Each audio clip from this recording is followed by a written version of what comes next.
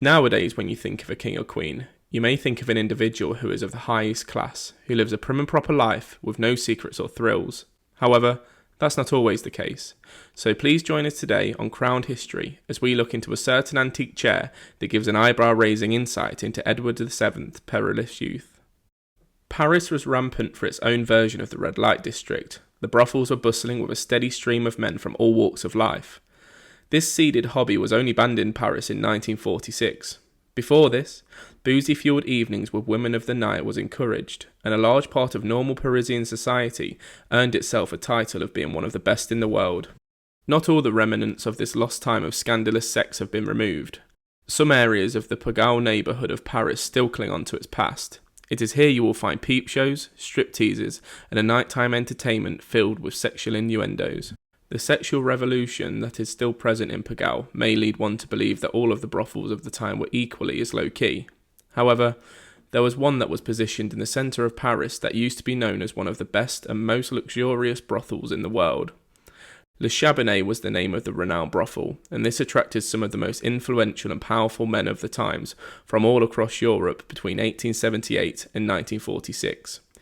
Kings, lords, and sometimes even the odd lady travelled long distances to whet their sexual appetites. Le Chabanais was luxurious, and it needed to be due to the clientele it attracted. It had 30 rooms of varying styles, and themes were a popular design choice with each one holding a different style, such as Moorish, Louis XIV, and ancient Romans. The notorious Dirty Bertie, the future king of the UK's favourite room, wore the Hindu theme. He frequently visited Le Chabanais, often in the 1880s, and he was one of their big-ticket goers. He certainly was the ultimate playboy Prince of Wales. The difference with Prince Edward was that he took his extracurricular activities very seriously. He had a special and extraordinary contraption made just for his sexual needs. He commissioned a love seat chair that would be able to take his weight during lovemaking in the Parisian bordello. The chair was known as a siège d'amour, or love seat. This chair allowed the noticeably large-framed Bertie to have his way with not just one, but two women at the same time, all with minimum effort. This king was a progressive man with very forward-thinking views, and his love seat was proof of this. He is partly responsible for bringing the British monarchy into the modern day we know today. Many of the things the royals do today, such as planting trees at inaugural ceremonies, greeting visiting dignitaries, and undertaking overseas goodwill trips were all introduced during Edward's reign. During a time of profound racism, Edward was known to be disgusted by the treatment against those of other cultures. Bertie was the Prince of Wales for a long time, while his long-serving mother was still Queen. This left him with little direction for many years. His mother also forbid him of having any involvement in the crown at all, due to embarrassment of him, so it's not really a surprise that he went a little wayward along the way. His attention turned to other ventures while he waited for the crown, causing further disgruntlement and disappointment to his parents. Another of Bertie's controversial antics at his favourite brothel was to fill a swan-necked bathtub with champagne while entertaining the women of the night. What was the point in being absurdly wealthy if he didn't spend it indulging with those he desired the most in life? Bertie had an addictive personality, and he consumed things with great greed. Not only was he addicted to women, but he was also an avid drinker, gambler, and eater. His reputation gave him the nicknames Edward the Caresser and Dirty Bertie among the public and his contemporaries. His mistresses were never far from his mind, and when he became king at the ripe age of 59, he was not over the controversial indulgences, and he even set aside a special box for his mistresses during his coronation. Women had become his passion at a young age when he was sent away to serve in the army at only 19. His parents had shipped him off in the hope to curb his wildly behaviours, but if anything, it only kick-started the most wild of addictions in him. When he arrived, his fellow army officers arranged for the actress named Nellie Clifton to be smuggled into his quarters.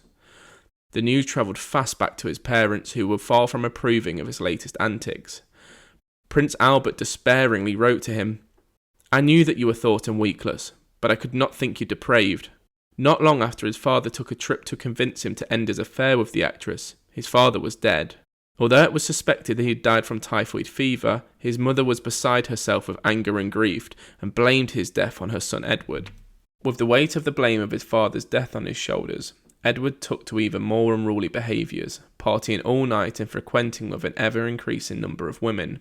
He was a regular face at racy venues such as the Café d'Anglaise, the Moulin Rouge, and of course, Le Chabanais. Amongst all of this, he had a wife at home and a large brood of children.